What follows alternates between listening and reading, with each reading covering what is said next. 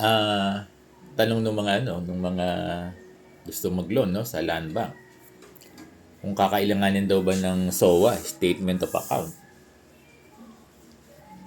Kung magre-require daw ba ng statement of account yung land bank.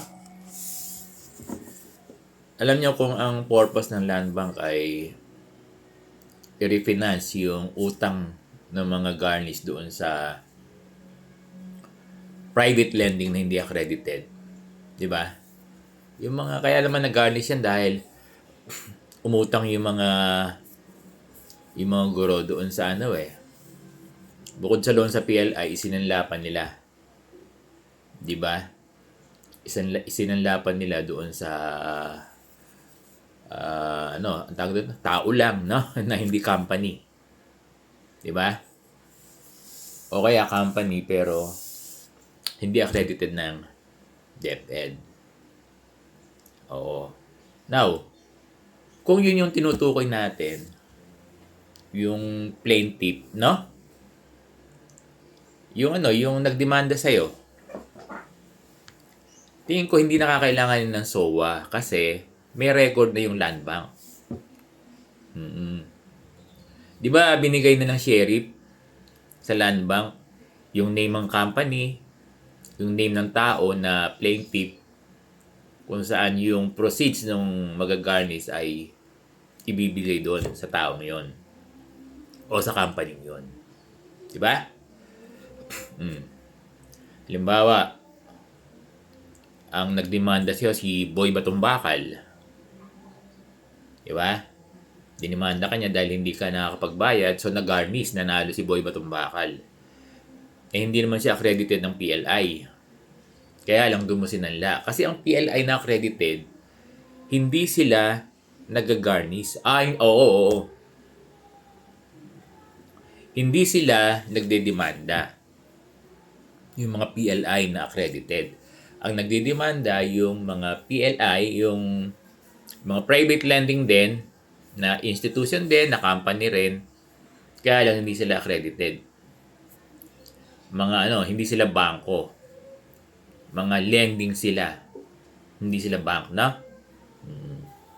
Or yung iba naman, sa individual lang na tao.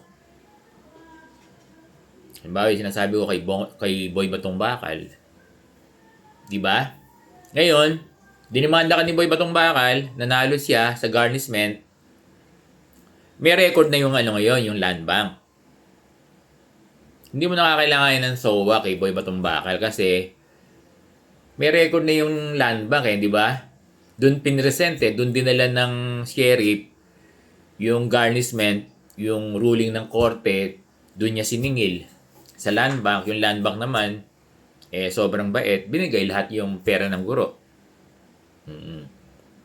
Kaya kung sinasabi niya mga kailangan ba ng SOA, tingin ko hindi na kung doon ka may utang, yung nag-garnish sa'yo, si Boy Batong Bakal. Nagiget niyo ba? Kasi tingin ko ganun ang mangyayari No, ganun ang mangyayari. Yung kaya yung mga garnish na guro, 'di ba? 'Yun ang priority. Nagiget niyo ako? Hindi na kailangan ng SOA. Kailangan lang SOA kung ang iba-buyout ng land bank ay yung accredited ng PLI. Kung yun ang nagdemanda sa'yo, yung PLI na accredited, yung bangko, at ginarnish ka nun.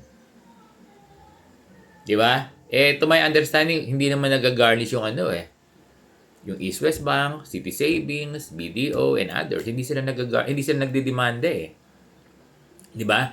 Hindi sila nagdedemanda. Ang nagdedemanda, yung private lending na iba, na hindi bangko. Mga lending companies din. Di ba?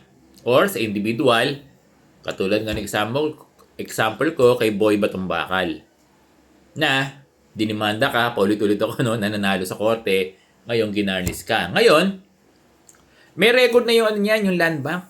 No need to, tingin ko hindi mo na kailangan kumuha ng SOA kasi may record na yung land bank Nung name ng plaintiff, tingin ko, yun ang babayaran, i-refinance yung utang mo doon sa lending company na yon, or it could be an individual, like pwede nating sabihin na katulad ni Boy Batong Bakal. Example lang yan.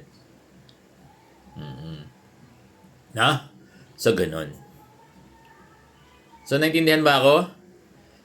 Tingin ko hindi na mangangailangan ng SOA kung ang i-refinance ng land bank ay yung plaintiff na inutangan mo na nanalo sa kaso.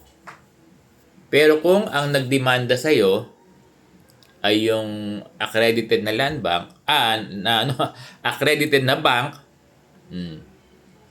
hindi ka naman dinimanda nun. Hindi naman nagdidemanda yung mga PLI na accredited. Hindi sila nagdidemanda. Di ba? Kaya tingin ko, dahil may record na yung land bank, nung garnishment from the sheriff, for the, para dun sa plaintiff, alam ko, sa pagkakaunawa ko, baka hindi na kailangan ng SOA. Tingin ko, magbabase na lang yung land bank doon sa hawak nilang record ng garnishment. That's it, no? Nagigit ba, Sir Bob?